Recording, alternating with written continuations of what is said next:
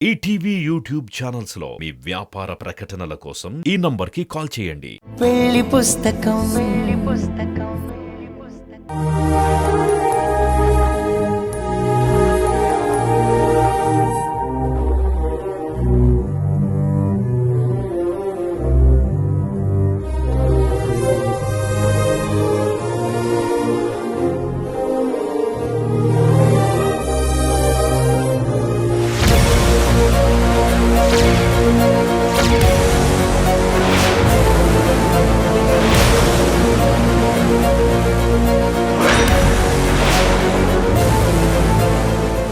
సాక్షి, ఎందుకు ఇలా చేస్తున్నావు? నువ్వంటే నాకెంత ప్రేమో తెలుసు కదా. నా మనసుకి నచ్చని పనులు చేస్తుంటే ఆ ప్రేమ కొంచెం కొంచెంగా కోపంగా మారుతుంది. భార్యాభర్తల మధ్య అనంతమైన ప్రేమ ఉండొచ్చు, కానీ ఆవగించంత కోపం కూడా ఉండకూడదు. అభిలాష ఆరోగ్యం ఎలా ఉన్నా తనకి ఏమైనా మనకు అనవసరం. కానీ ఆమె వల్ల మన ఇంట్లో వాతావరణం పూర్తిగా మారిపోయింది సాక్షి. అందరి గొడవ వదిలే, కనీసం నేను నీతో సరిగ్గా మాట్లాడుతున్నానా, ప్రేమగా దగ్గరికి తీసుకుంటున్నానా? అభిలాష వచ్చినప్పటి నుండి నిన్నిప్పుడే ఫస్ట్ టైం ముట్టుకుంటున్నాను. ఇంట్లో ఎవరూ లేరు కాబట్టి ఇంత ధైర్యంగా నీతో చెప్తున్నాను, కానీ లేదంటే ఇప్పుడు కూడా దూరంగా ఉండేవాణ్ణి. మన మధ్య అభిలాష వద్దు సాక్షి. నువ్వు, నేను, సిద్ధు, మీ అమ్మగారు, అప్పుడప్పుడు వచ్చే అత్తయ్య, అంతే. ఇదే మన కుటుంబం. వీళ్లే మన వాళ్ళు. ఇంకెవ్వరూ మనకొద్దు, సరేనా?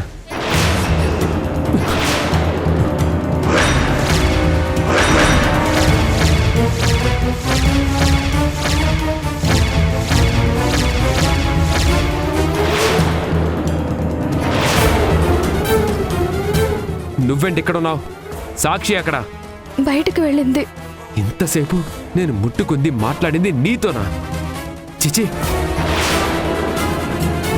ఈ చేతుల్ని యాసిడ్తో కడుక్కున్నా, కత్తితో నరుక్కున్నా పాపం పోదు. నేను చేసిన పనికి నా మీద నాకే అసహ్యంగా ఉంది. సాక్షి చీర కట్టుకొని కట్టుబొట్టు మార్చుకొని నన్ను మాయ చేయాలని చూస్తున్నావా? నేనంతసేపు మాట్లాడుతుంటే నేను సాక్షిని కాదు అని ఎందుకు చెప్పలేదు? నీ గురించి ఏం చెప్తానో అని వింటున్నావా? లేదు నందు, నువ్వు నన్ను టచ్ చేయగానే చెప్పాలనుకున్నాను, కానీ నోట్లో నుంచి మాట బయటికి రాలేదు. ఆ తర్వాత భయం వేసి ఆగిపోయాను. నోర్మోయ్!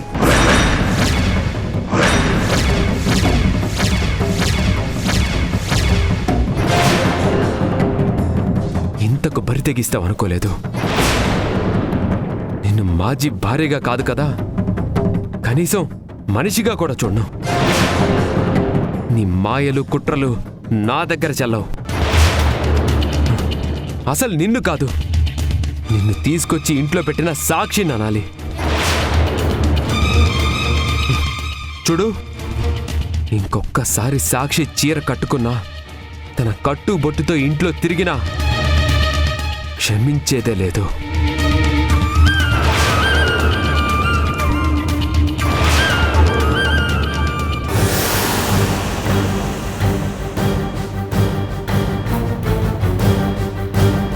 ఒక రోగిలా ఈ ఇంటికొచ్చావు. మాకిష్టం లేకపోయినా సాక్షితో సపర్యలు చేయించుకుంటున్నావు.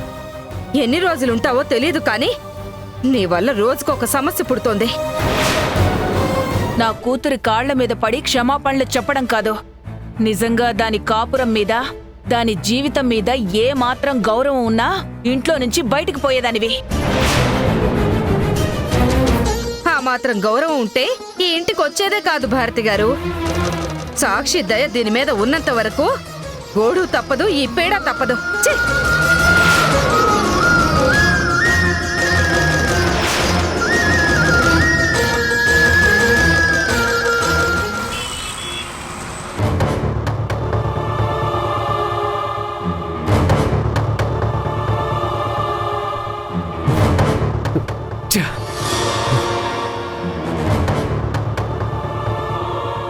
ఏవండి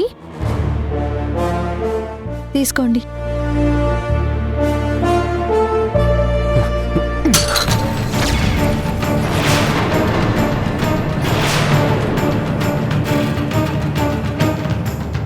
నేనేం తిండికి కక్కుర్తిపడి ఇంటికి రావటం లేదు. ఆఫీసులో వర్క్ చేయలేక, బుర్ర పని చేయక, ఎక్కడికి వెళ్లాలో తెలియక దిక్కు లేక ఇంటికి వస్తున్నాను. ఇప్పుడు ఏమైందండి? ఎందుకింత కోపం? కొత్తగా అమాయకంగా ఏం తెలియనట్టు మాట్లాడక సాక్షి. అసలే చాలా చిరాకులో ఉన్నాను. నువ్వు బాధ్యతగా ఉంటావు కదా అని ఇంటి తాళాలిస్తే దారిని పోయే దరిద్రాన్ని ఇంట్లో అందరికీ అంటించావు. అది సరిపోనట్టు నీ చీర ఎందుకు ఇచ్చావు? అంటే తన దగ్గర బట్టలు సరిగ్గా లేవు, అందుకే నా పాత చీర ఇచ్చాను. నువ్వు జాలిపడి చీరలు ఇస్తుంటే ఆవిడ గారు సింగారించుకొని నన్నే మాయ చేయాలని చూస్తుంది. నువ్వని ఈరోజు నేను చేసిన తప్పుకి నాకు నేను ఏ శిక్ష విధించుకోవాలో తెలియటం లేదు. నీ చీర కట్టుకున్నది ఏదో ఒక మూల పడుండాలి కానీ వంటింట్లో ఏం పని? అది నేను రావడానికి లేట్ అవుతుందని, మీరు తినడానికి ఏదో ఒకటి వండమని నేనే చెప్పాను. నీ మైండ్ పనిచేస్తుందా లేక సావాస దోషంతో చెడిపోయిందా? డైనింగ్ టేబుల్ మీద కలిసి కూర్చోడానికి ఇష్టపడటం లేదు, అలాంటిది ఆ చేత్తో వండితే నేనెలా తింటాను అనుకున్నావు? ఒకవేళ తిన్నా అది ఎంత రుచికరమైన వంటైనా నాకు మాత్రం విషంతో సమానం. అది తినటం కన్నా చచ్చిపోవడమే నయం.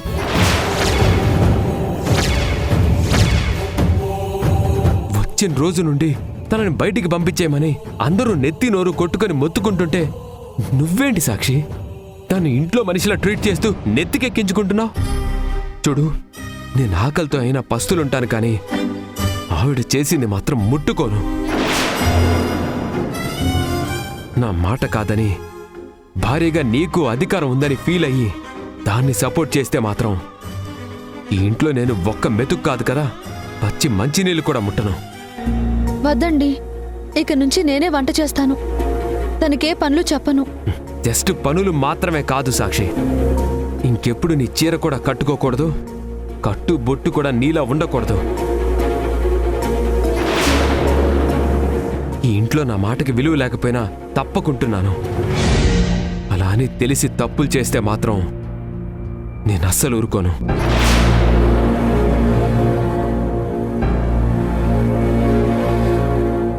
నన్ను క్షమించినందు, ఇందులో సాక్షి తప్పేం లేదు.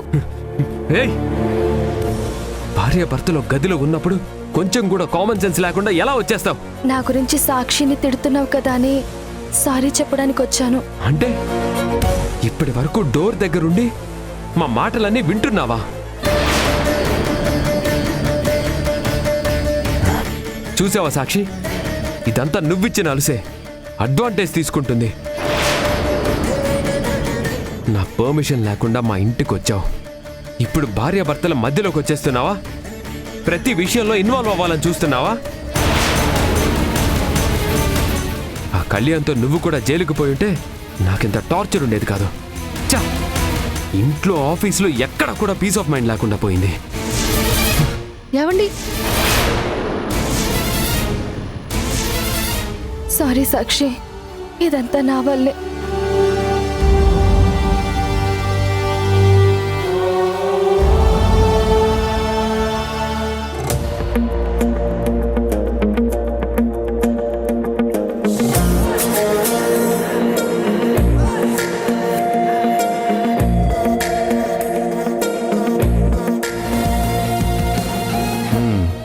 తనుజా, తనుజా,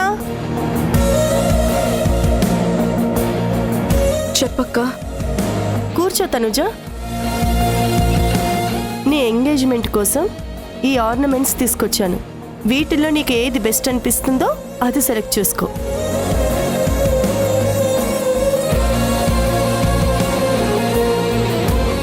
చూడు తనుజా, అన్ని లేటెస్ట్ డిజైన్స్.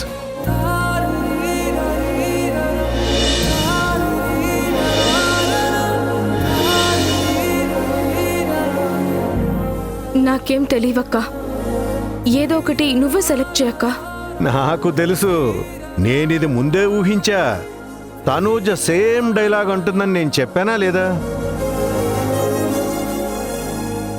తన కోసం భర్తనే సెలెక్ట్ చేసిందానివి, ఈ నగలు కూడా నువ్వే సెలెక్ట్ చేయమా. నీ సెలక్షన్ మీద మాకు నమ్మకం ఉంది. అది కాదు డాడ్, తనూజ ఒపీనియన్ కూడా తీసుకోవాలి కదా. నాకు నా చిన్న కూతురికి సొంతంగా నిర్ణయాలు తీసుకోవడం రాదమ్మా. అంతేనా తనూజ? అవును డాడ్, ఏ నిర్ణయం సరిగ్గా తీసుకోలేం, తీసుకున్నా ధైర్యంగా చెప్పలేం. కమాన్ తనూజ, నువ్వు కూడా అలా అంటే ఎలా? సరే అయితే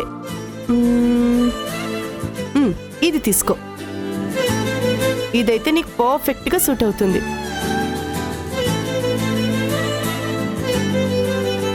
ఓకే అక్క. డాడ్, మనం నందగోపాల్ ఇంటికి వెళ్ళి వాళ్ళని ఇన్వైట్ చేయాలి. ఆ తర్వాత టైం ఉండదు. సరేనమ్మా, ఇప్పుడే వెళ్దాం. తనుజ, ఈ ఆర్నమెంట్ లోపలికి తీసుకెళ్ళు, మిగిలినవి ఇక్కడే వదిలేయి. జ్యువెలరీ అతను వచ్చి తీసుకెళ్తాడు. సరే అక్క. పదండి డాడీ, వెళ్దాం. సరే.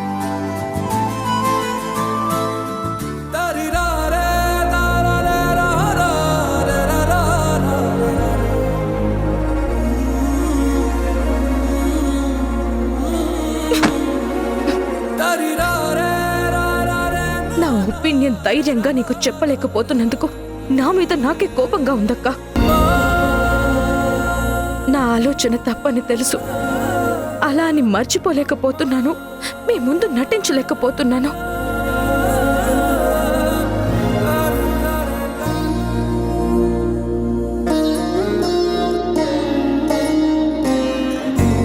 అభిలాష మీద శ్రద్ధ తీసుకోవడంతో సిద్ధు గురించి అస్సలు పట్టించుకోవడం లేదు. హోంవర్క్ చేస్తున్నాడో లేదో కూడా అడగడం లేదు. ఆయనతో చెప్దామంటే అది కూడా నా తప్పే అని నా మీదే అరుస్తారు.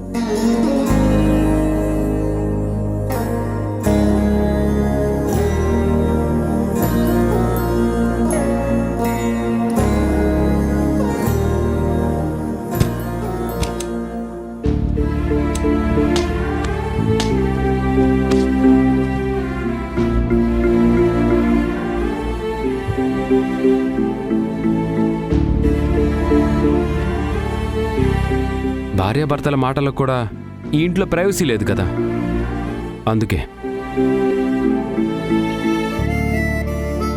సారీ సాక్షి, నువ్వు తెచ్చిన స్నాక్స్ అభిలాష చేసిందేమోనని విసిరికొట్టాను. అవి నువ్వే ప్రిపేర్ చేశావని అత్తయ్య చెప్తేనే తెలిసింది. పర్లేదండి. పర్లేదేంటి సాక్షి, ఈ ప్రాబ్లంకి సొల్యూషన్ ఆలోచించవా? ఇంకొన్ని రోజులు ఓపిక పట్టండి. అభిలాష్ ఆరోగ్యం బాగోలేదనే కదా ఇక్కడికి తీసుకొచ్చాను. బాగోకపోవడం ఏంటి సాక్షి, ఇంట్లో బాగానే తిరుగుతుంది కదా. అంటే పైకి కనిపించడం లేదండి. డైలీ మందులు తీసుకుంటుంది. అప్పుడప్పుడు నర్స్ వచ్చి సెలైన్ ఎక్కిస్తుంది. ఇదేదో హాస్పిటల్లోనే ఉంచితే వాళ్లే చూసుకుంటారు కదా, ఇంటికి తీసుకురావడం ఎందుకు? ఇంట్లో అయితే నలుగురితో మాట్లాడితే తొందరగా నయం అవుతుందని డాక్టర్ చెప్పారు. ఆ డాక్టర్కి ఈవిడ గారి గతం, మనం అనుభవించిన కష్టం తెలియక అలా అనుంటారు. అన్నీ తెలిసి నువ్వు కూడా ఈ నిర్ణయం తీసుకున్నావు చూడు, అదే పెద్ద ప్రాబ్లం.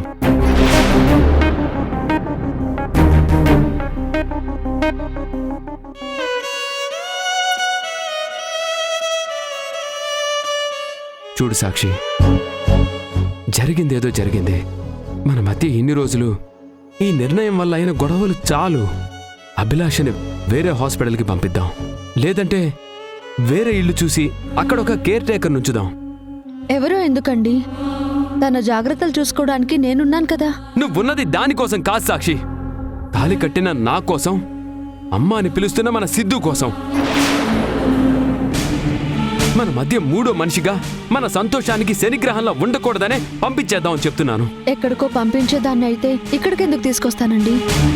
మీ అందరి కోపాన్ని, ద్వేషాన్ని నేనెందుకు భరిస్తాను?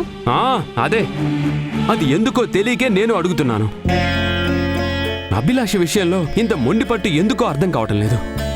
కొన్నింటికి కారణాలు వివరంగా చెప్పలేనండి, కాలమే సమాధానం చెప్పాలి. అలా అనుకుంటూ కూర్చుంటే పుణ్యకాలం మొత్తం పరిసమాప్తం అవుతుంది. అభిలాష వచ్చినప్పటి నుంచి గొడవలే తప్ప మనం ప్రేమగా మాట్లాడుకుంటున్నాం. కనీసం కలిసి నవ్వుకొని ఎన్ని రోజులైందో గుర్తుందా? అభిలాష ఈ ఇంట్లో ఉన్నంతకాలం అది సాధ్యం కాదు. అరే, ప్రాబ్లంకి సొల్యూషన్ చెప్తున్నా కాదని వాదిస్తుంటే ఈ సమస్యని నేనే కాదు, ఆ దేవుడు కూడా తీర్చలేడు.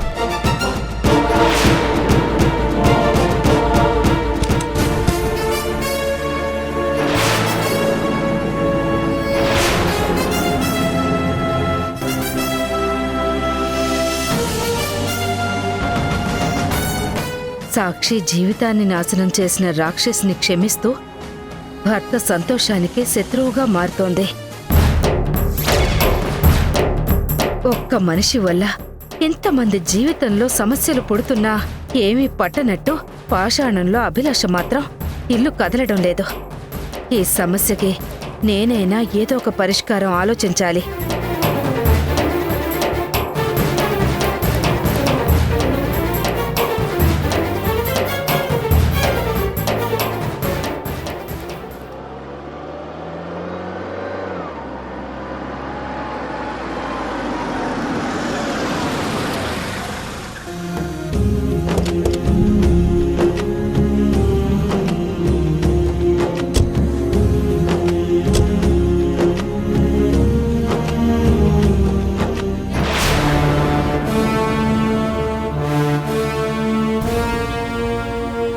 డాడ్, మనం తర్వాత వద్దాం. ఆగండి, నేనే లోపలికి వెళ్ళిపోతాను, మీరు రండి. ఎక్కడికి వెళ్ళినా ఈ ఇంట్లోనే కదా ఉంటావు. శుభమా అని పెళ్లి కార్డులు తీసుకొస్తే గుమ్మంలోనే నీ మోహం చూడాల్సి వచ్చింది. అమ్మా నీహారిక, ఆవిడతో మాటలెందుకు, వచ్చిన పని చూసుకుని వెళ్దాం. అమ్మా నందులేడా? లేరండి, బయటికి వెళ్ళినట్టున్నారు. తర్వాత వద్దాం డాడ్. ఈవిడ ఉండగా నాకే గుడ్ న్యూస్ చెప్పాలని లేదు. నిహారిక గారు, దయచేసి అలా మాట్లాడకండి. జీవితంలో అన్నీ కోల్పోయి అందరికీ దూరమై ఒక జీవోత్సవంలో బ్రతుకుతున్నాను. చేసిన తప్పులకి క్షమించమని అడగడానికి కూడా అర్హత లేదని నాకు తెలుసు. ప్రత్యక్షంగా నేను మీకేం అన్యాయం చేయలేదు. కళ్యాణ్ విషయంలో మీరు ఏం చెప్పినా అది విన్నాను, అదే పాటించాను. అలాంటిది మీరు కూడా నన్ను శత్రువులా చూస్తుంటే నేను తట్టుకోలేకపోతున్నాను. అభి, నందు నీకు మాజీ భర్త, కానీ మాకు ఆత్మ బంధువు. అతనికి అన్యాయం చేసిన వాళ్ళు ఎవరైనా సరే మాకు శత్రువులే. అదీ కాక కళ్యాణ్ ఎంత మోసగాడో చెప్పినా సరే ఆశలు పెంచుకున్న నీ క్యారెక్టర్ ఎలాంటిదో మాకు నువ్వు చెప్పనక్కర్లేదు. చేసిన తప్పులకి పశ్చాత్తాపంతో మాట్లాడుతుంటే మీరేంటండి అర్థం చేసుకోకుండా అంత కోపంగా మాట్లాడుతున్నారు? నా కోపం పశ్చాత్తాపంతోనో క్షమాపణతోనో పోదు సాక్షి. అభిలాష వల్ల నా జీవితానికి కుటుంబానికి ఏ నష్టం లేకపోవచ్చు, కానీ నందు లాంటి మంచి వ్యక్తి సఫర్ అవుతుంటే ప్రత్యక్షంగా చూసిన కోపంతో ఈ మాటలు వస్తున్నాయి.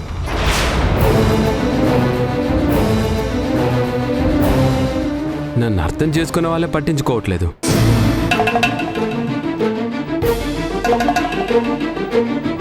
మీరెందుకు నిహారిక గారు ఇన్వాల్వ్ అవ్వడం? ఇంటికి వచ్చిన వాళ్ళని నిలబెట్టే మాట్లాడతావా? కూర్చోమని చెప్పలేవా? సారీ సార్, నా భార్యకి అనవసరమైన విషయాల మీద ఇంట్రెస్ట్ పెరిగి రెస్పెక్ట్ తగ్గింది. రండి సార్, కూర్చోండి. పర్లేదు నందు, మీకు శుభవార్త చెప్పాలని వచ్చాం. అమ్మా, ఆ కార్డు ఇలా ఇవ్వు. తనూజుకి పెళ్లి కుదిరింది. గ్రేట్. ఎవరు సార్ అబ్బాయి? బయట సంబంధమే, మంచి వ్యక్తే, ఫ్యామిలీ కూడా మంచిదే. ఇక్కడే సెటిల్ అయ్యారు. పెళ్లికి ముహూర్తం దగ్గరగా రావడంతో ఇంట్లోనే ఫార్మల్గా ఎంగేజ్మెంట్ చేసుకుని ఇప్పుడు డైరెక్ట్గా పెళ్లి చేసేస్తున్నాం. మీరు తప్పకుండా రావాలి. Okay sir. సాక్షి, ఇది మా పర్సనల్ ఇన్విటేషన్. మీ జంట తప్పకుండా రావాలి. సరేనండి. మీ అత్తయ్యలిద్దరూ లేరా నందు? శనిగ్రహం ఇంట్లో తిరుగుతుంటే ఎవరికీ మనశ్శాంతి ఉండట్లేదు సార్. నేను సిద్ధు అంటే ఆఫీసు స్కూల్ అని చెప్పి తప్పించుకుంటున్నాం.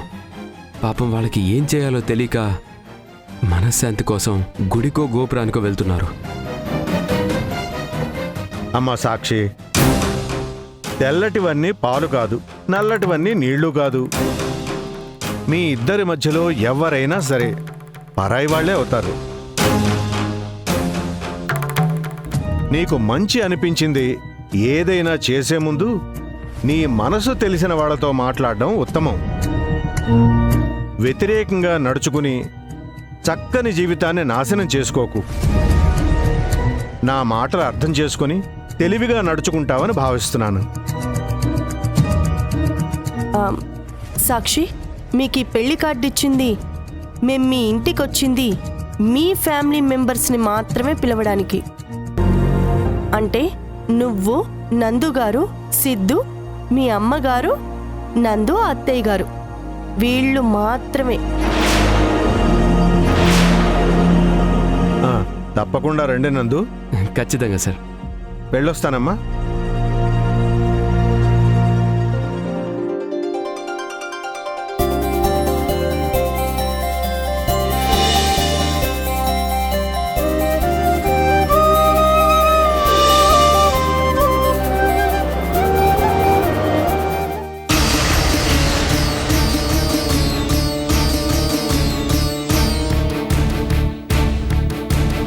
ఇంట్లో వాళ్లే కాదు, ఇంటికొచ్చిన గెస్ట్లు కూడా మన కోసం మాట్లాడుతున్నారు. నీ నిర్ణయం తప్పని చెప్తున్నారు. శుభవార్త చెప్పడానికి వచ్చిన వాళ్ళు కూడా ఆలోచిస్తున్నారంటే ఈ మహాతల్లి మహత్యం ఏంటో నీకు అర్థం కాదు. ఆ దరిద్రం ఇల్లు వదిలిపోదు. ఛ!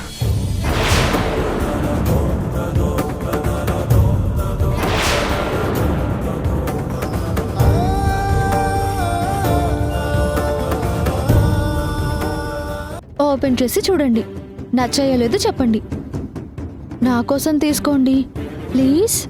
ఇదేంటి, బట్టల గురించి నువ్వు ఇంత బ్రతిమాలుతూ ఫోర్స్ చేస్తున్నావు అంటే ఇవి నిజంగా నువ్వే కొన్నావా?